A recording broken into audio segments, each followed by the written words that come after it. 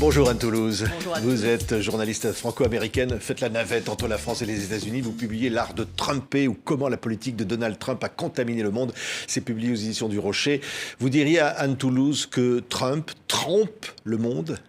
Oui, d'ailleurs, il ne s'en cache pas. C'est contrairement à beaucoup de politiciens, il ment, mais en même temps, non seulement il ne s'en cache pas, mais quelquefois il s'en vante. Il dit « j'aime la vérité ». J'essaie de dire la vérité, mais seulement quand c'est nécessaire ou quand je ne peux pas faire autrement. Voilà. Donc, il a écrit un livre auquel j'ai emprunté le titre, qui est L'art du deal, qui était dans sa vie antérieure, qui était à l'époque où il était homme d'affaires, où il était à la télévision, où il n'était pas encore entré en politique. Et dans ce livre, il explique comment on gagne dans une négociation. Évidemment, dans une négociation, si on gagne, c'est que l'autre perd. Et donc, il y a toutes les ficelles pour imposer sa volonté, pour se mettre en avant. Oui. Et en fait, quand il est entré en politique, il a fait exactement la même chose. Je dis toujours, Donald Trump n'a pas de pensée politique. Il s'est greffé sur un parti qui était prêt à l'accueillir parce qu'il y avait une sorte de vide dans le parti républicain. Avant, il avait été démocrate. Avant, il avait appartenu au parti de la révolte, de la réforme. Et là, en fait, il a transposé dans la vie politique des méthodes d'homme d'affaires et notamment de promoteur immobilier qui étaient fondées sur le bagou, sur le fait de construire sur des terrains qui n'étaient pas forcément constructibles a priori, en vendant des immeubles qui n'existaient pas encore. Donc voilà, c'est la méthode Donald Trump. Et elle a un gros avantage, c'est qu'elle marche. Oui, elle marche. Oui. Il a été le 45e président des États-Unis, peut-être le 47e. Il peut battre Joe Biden avec cette méthode de Trump. Je n'ai pas de boule de cristal et vous savez, il y a un chapitre de mon livre qui s'appelle « Le vote à l'envers ». Et je crois qu'à la prochaine élection, on ne votera pas pour, enfin la plupart des gens ne voteront pas pour, ils voteront contre. C'est-à-dire que les gens qui ne veulent absolument pas Donald Trump parce que c'est la réminiscence de 4 années de chaos et qu'on ne peut pas dire qu'en sortir de sa présidence, il se soit bien conduit puisqu'il a fait quelque chose de très grave qui était de mettre en cause les institutions américaines puisqu'il a essayé de renverser le résultat de l'élection. Donc Et provoquer l'invasion du Capitole. Oui, disons qu'il y a été associé. La chose n'est pas encore jugée. Mais c'est vrai que sans lui, elle n'aurait pas eu lieu. Et donc, Trump est associé au désordre, au fait que l'image des États-Unis à travers le monde a été désastreuse. Mais d'un autre côté, on ne peut pas dire que son successeur ait satisfait l'opinion, puisqu'il se retrouve dans les sondages d'opinion exactement. Mais c'est fascinant. Je regarde presque quotidiennement un sondage qui s'appelle Real Clear Politics, c'est-à-dire qui fait la moyenne des autres sondages. Et vous avez pour les deux 40% de satisfaction. Fait 56% de mécontents, plus 4% qui ne savent pas ce qu'ils pensent. Je pense qu'il y a beaucoup de gens d'ailleurs qui ne savent beaucoup plus, qui ne savent pas ce qu'ils pensent. Donc vous êtes devant un pays qui est en face d'une élection dont 75% des électeurs ne veulent pas, mais qui va quand même leur être imposée par les deux partis. Donc on dit, comme on dit aux États-Unis, entre deux diables, on va choisir le moindre. Et puis je pense qu'il y a beaucoup de gens qui vont s'abstenir. Ou alors, il va y avoir l'émergence d'un troisième parti. Il y a déjà un troisième parti qui est pratiquement sur les starting blocks et qui s'activera si jamais il se confirme que ce soit Joe Biden et Donald Trump qui soient les candidats. Mais Donald Trump est largement favori à la primaire républicaine. Ah oui, à la primaire républicaine. Là, il semble évident que c'est lui. On a vu le débat donc hier qui opposait donc Nikki Haley à Ron DeSantis et on n'a pas senti ni chez l'une ni chez l'autre une véritable volonté de le renverser. Il semble que les jeux sont faits. Ah, je pense qu'ils veulent à tout prix se débarrasser de lui et pour avoir une chance. Mais il faut savoir que pour l'instant, on court pour la deuxième place parce qu'effectivement, Donald Trump est en avance. Dans l'Iowa, il a plusieurs dizaines de points d'avance. Mais vous savez, les primaires, c'est quelque chose de long qui va jusqu'au mois de juin.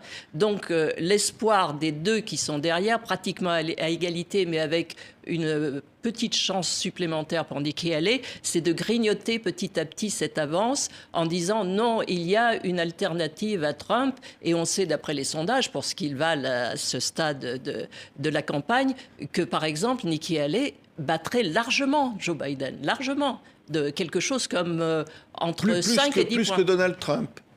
Parce que Donald Trump et Ron DeSantis, dans une élection générale, c'est-à-dire l'élection finale, la présidentielle, sont à égalité avec Joe Biden. Là, c'est dans la marge d'erreur, si vous allez d'un sondage à l'autre. Mais si c'est Nikki Haley qui a la nomination, elle, dans l'état actuel des choses, elle passe devant parce qu'elle est beaucoup plus modérée, parce qu'elle aurait le vote des femmes, parce qu'elle aurait le vote des indépendants. Il ne faut pas oublier qu'aux États-Unis, vous n'avez pas deux grands partis. Vous avez les démocrates qui font environ 30%, les républicains environ 30%, et au milieu, un peu plus de 30%, c'est les gens qui ne sont ni l'un ni l'autre et qu'on appelle les indépendants. Et ces gens-là, ils voteraient pour Nikki Haley, et ils sont désespérés à l'idée d'avoir à choisir entre les deux. Oui, mais alors il y a le calendrier judiciaire pour Trump. Là, il y a la Cour d'appel de Washington, l'examen donc de son immunité présidentielle. Il dit que si on le prive de cette immunité, ce sera le chaos, c'est la menace de Trump. Est-ce qu'au fond, la justice peut l'empêcher, peut contrarier ses plans? C'est toujours possible. Il y a des tas il y a 5 procès qui sont en cours, et puis il y a une décision de la Cour suprême qui est pendante, dont on ne sait pas ce qu'elle va être par définition. Il y a pratiquement jusqu'à la fin du mois pour présenter le cas. Après, il faudra qu'elle se décide, donc ça va faire un mois de flottement.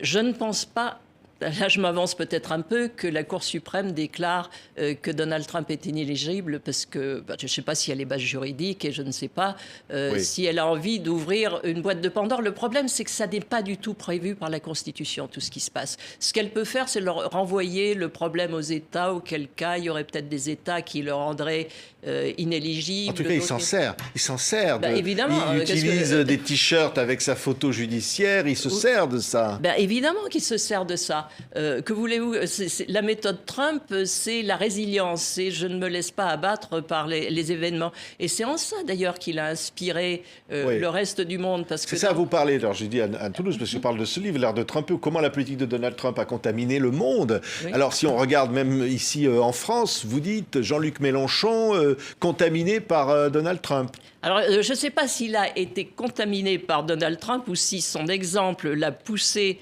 dans ce qu'il faisait déjà, parce que antérieurement, Jean-Luc Mélenchon est antérieur en politique à Donald Trump. Mais je ne dirais même pas que je me suis amusée, parce que c'est triste, en fait, comme exercice. Mais j'ai fait l'exercice de mettre en vis-à-vis des déclarations de Donald Trump et des déclarations de Jean-Luc Mélenchon, notamment à propos de la presse, leur agressivité incroyable à l'égard des journalistes et des insultes qu'il profère à l'égard des journalistes.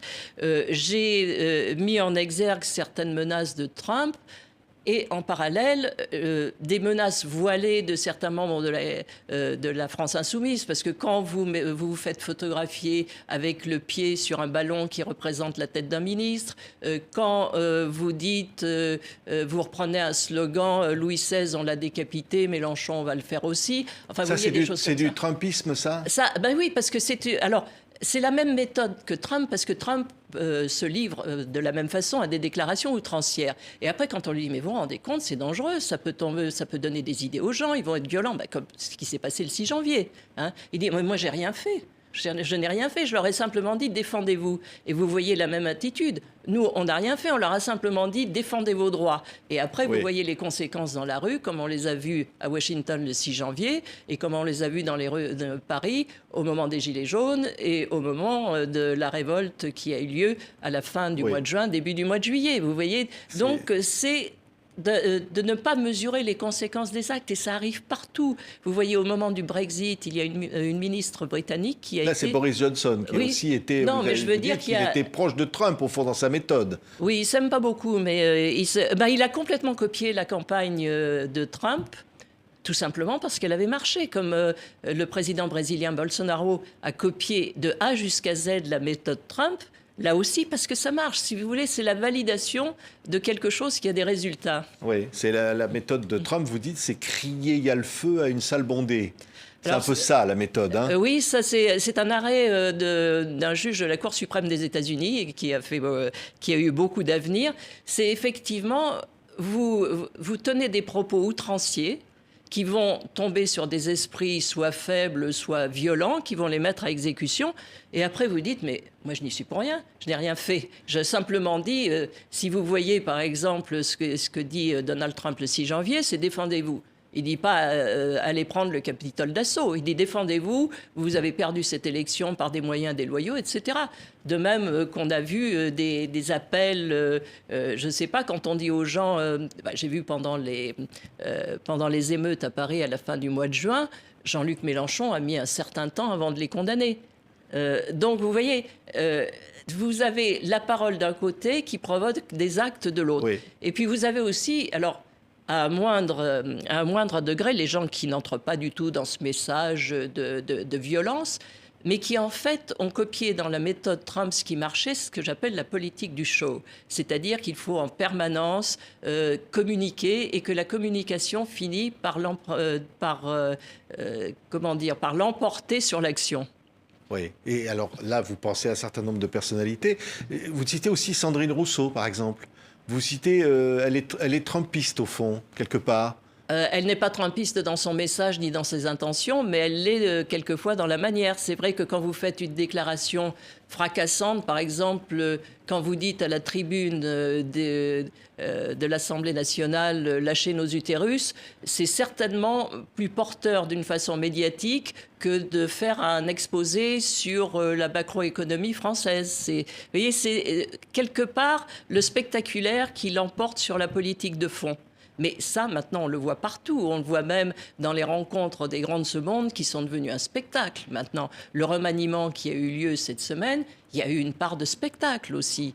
Et j'étais en France lors du dernier remaniement, et je le dis dans le livre, ce qui m'a frappé, c'est qu'on disait des ministres « Ah, celui-là, c'est un bon communicant ». Comme si communiquer était une fin en soi. Oui, mais alors là, il y en a aussi, bien sûr, qui, eux, ne cachent pas, au fond, peut-être leur admiration pour Trump. Vous citez Éric Zemmour. Là, on est dans la parenté avérée. Oui, oui. D'ailleurs, ils se sont, si je puis dire, soutenus l'un l'autre, puisque Éric Zemmour a calqué sa campagne sur celle de Trump, a même emprunté des images de Trump, a emprunté le langage de Trump dans ce qu'il avait de plus outrancier. Donc, la différence, c'est le résultat, si vous voulez. C'est que Trump a conquis le pouvoir de la plus grande puissance du monde, alors qu'Éric Zemmour n'a pas fait un score éblouissant lors de la dernière élection, où il avait pourtant reçu le soutien de Donald Trump. Enfin, qu'est-ce que ça vaut en France? Donald Trump l'avait appelé pendant 40 minutes pour lui dire tout le bien qu'il pensait de lui. Oui, oui, on a. Mais c'est un exemple de candidature médiatique. C'est un exemple de candidature qui a été poussée par les médias. Parce que Donald Trump est un pur produit des médias américains dans sa première campagne en 2016. Oui, il dit si je gagne, je deviendrai dictateur un jour. Le jour de mon élection, et puis on expulse des millions d'étrangers et on va forer. C'est-à-dire pour, évidemment, au mépris de l'environnement. Alors ça, c'est une réponse à la campagne Biden, parce que la campagne Biden, c'est en quelque sorte presque nazifier Donald Trump en disant s'il arrive au pouvoir, ça va être la dictature, ça va vous priver de toutes vos libertés. Ce qui est un peu surprenant parce que le bilan Biden, il est pas si mauvais que ça sur le plan de l'économie. Je veux dire, il pourrait présenter une image positive et c'est ce que j'appelle aussi dans mon livre la Trumpisation de Joe Biden. Pourquoi quand on combat un candidat qui arrive par la peur, le combattre par une autre peur. C'est ça aussi qui dégoûte les gens aux États-Unis. Alors, si Trump dit « je serai un dictateur un jour », c'est parce qu'on a dit qu'il allait être un dictateur pendant 4 ans. Et lui, il dit « non, je ne serai que la première journée, alors je vais prendre un certain nombre de mesures fortes. » Dès le premier jour, il va s'occuper de l'immigration. Voilà, et puis après, c'est fini. Après, je redeviendrai présidentiel. D'ailleurs, avant la première élection, il disait « vous allez voir quand je serai élu comme je serai présidentiel ». Et ben, je disais dans un autre livre, c'est pas Trump qui est devenu présidentiel, c'est la présidence qui est devenue trumpienne. Oui, lorsqu'il se moque d'Emmanuel Macron, Donald Trump, il l'a fait récemment, en riant, en disant c'était très facile, quand j'ai menacé Emmanuel Macron, qui est très sympathique, de rétorsion sur le prix du champagne, il a tout de suite, il est tout de suite devenu très gentil et ça a pris quelques secondes et puis il m'a bien obéi. C'est méprisant. Il dit ça, il fait ça absolument avec tout le monde. C'est y compris dans son cercle proche. Je le dis aussi dans le livre, en fait, quand on n'est pas insulté par Trump, c'est une preuve d'insignifiance. C'est vraiment qu'on vous a oublié. Ah oui, donc il faut se réjouir d'être insulté par Trump. Ah oui, oui, absolument. Parce que le Washington Post tient un compte, alors Trump occupe beaucoup le Washington Post, et ils tiennent le compte de toutes les personnes que Trump a insultées. Je ne sais pas, on en est à 600 ou quelque chose comme ça. Mais il y a aussi ceux qu'il n'a pas insultés. Ce qui est horrible, c'est d'être dans la deuxième rubrique. Quand vous n'êtes pas insulté par Trump, c'est vraiment que vous comptez pas. Il a insulté tous les membres de son gouvernement, tous ses adversaires. Mais je le dis au début d'un chapitre sur la politique américaine, quand il arrive pour se faire inaugurer devant le Capitole, alors vous avez tous les corps constitués, vous avez, enfin voilà, et parmi l'assistance, il a pratiquement insulté tout le monde. Enfin, tous ceux qui comptaient, c'est-à-dire ses prédécesseurs. Il n'y en a pas un qui... Sauf Bill Clinton, il est un peu plus gentil avec Bill Clinton parce qu'il l'a connu à New York, parce que plus ou moins ils s'entendaient bien. Enfin, voilà. Donc, avant que sa femme se présente contre lui. Mais je connais peu de personnalités américaines qui n'aient pas, un jour ou l'autre, été insultées par... vous parliez de Chris Christie qui s'est retiré de la compétition, qui a été un de ses proches collaborateurs quand même. Et au cours d'un meeting, il a dit ah ben non, il faut pas parler de lui, ça va le réveiller parce qu'il mange tellement qu'il s'endort. Et dans l'assistance, quelqu'un dit ah big pig, gros cochon. Ah, il dit ah non, il faut pas le traiter de gros cochon, c'est pas gentil, c'est vrai qu'il est gros. Vous voyez, c'est la méthode Trump. Oui. Il faut pas lui tomber entre les mains. Et pour Emmanuel Macron, il a été plutôt gentil, hein, vraiment. Ah oui. Il a dit pire hein, sur d'autres, vraiment oui, pire. C'est vrai, c'est vrai. Merci Anne Toulouse. Hein. L'art de Trumper, oui, c'est une méthode de gouvernement dans le monde. Vous pensez qu'il y a un avenir dans le Trumpisme, vraiment ? C'est la question que je me pose à la fin. C'est évidemment le Trumpisme en tant que tel ne survivra pas à Trump, qui a quand même une durée limitée, ne serait-ce que s'il était élu, il ne pourrait l'être qu'une fois, donc ça fait 4 ans. Et puis il a tout de même presque 78 ans, donc d'une certaine manière, le temps lui est compté. Et je pense que c'est une sorte d'influenceur en chef. Alors comme tous les influenceurs à un moment, il est porté par quelque chose de volatile, qui sont les réseaux sociaux. Donc je pense que il descendra à un moment aussi vite qu'il est monté. Maintenant, il laissera des traces, hein, c'est certain. Les mauvaises manières sont moins faciles à éliminer que les bonnes. Et en politique, il aura quand même, en quelque sorte, banalisé le mensonge, banalisé ce qui est très grave, l'attaque des institutions. Et dans d'autres pays, parce que vous avez vu, après l'élection d'Emmanuel Macron, il y a eu... à l'extrême droite comme à l'extrême gauche, il a été trop mal élu pour gouverner, cette élection n'a pas été juste, enfin, etc., etc. Donc, vous voyez qu'il laissera quand même cette trace négative dans la politique. Et je pense que dans un siècle, on dira, oui, il y a eu une époque où ils ont eu un président qui était... Puis ça fera plein d'anecdotes d'ailleurs, parce que Trump aussi, il plaît à la presse et il plaît au public parce que c'est une mine d'anecdotes. Moi, je dois dire que quelquefois, bien que le sujet, j'ai essayé de l'écrire sur un mode léger, mais il y a des moments, je ne pouvais pas m'empêcher de rire en l'écrivant. Quand je raconte, par exemple, le discours de Trump pour le 4 juillet, où il rappelle la bataille contre l'Angleterre qui a eu lieu en 1812, et d'un seul coup, il part dans une grande envolée. Ils ont conquis les remparts grâce à leurs troupes et grâce à leurs aéroports. C'est quelque chose... J'ai été obligée de vérifier que ça existait vraiment. Et Trump... Il a quand même, c'est un artiste, il a du talent, c'est un battleur, il est arrivé par son talent d'homme public. Et donc, ça laissera une trace dans l'histoire américaine, comme on se souvient de certains présidents qui étaient un peu bizarres aussi. Vous voulez pas dire un peu fêlé, hein ? Non, mais par exemple, celui qu'il admire le plus, Andrew Jackson, qui donc a été président dans la première moitié du 19e siècle, avait tellement de duels à son actif, il en avait 100 quand il est arrivé à Washington, que le jour de son inauguration, tous ses opposants ont quitté la ville parce qu'il avait promis de passer par les armes tous ceux qu'il avait contrariés, à tel point que sa femme avait eu une crise cardiaque et il les tenait pour responsables de la mort de sa femme. Vous imaginez quand même qu'il y a eu quelques beaux moments dans l'histoire américaine. Merci Anne Toulouse. L'art de Trumper, ou comment la politique de Donald Trump a contaminé le monde, est publié aux éditions du Rocher. C'est passionnant. Merci beaucoup Anne d'avoir été avec nous. Merci à vous de m'avoir invité.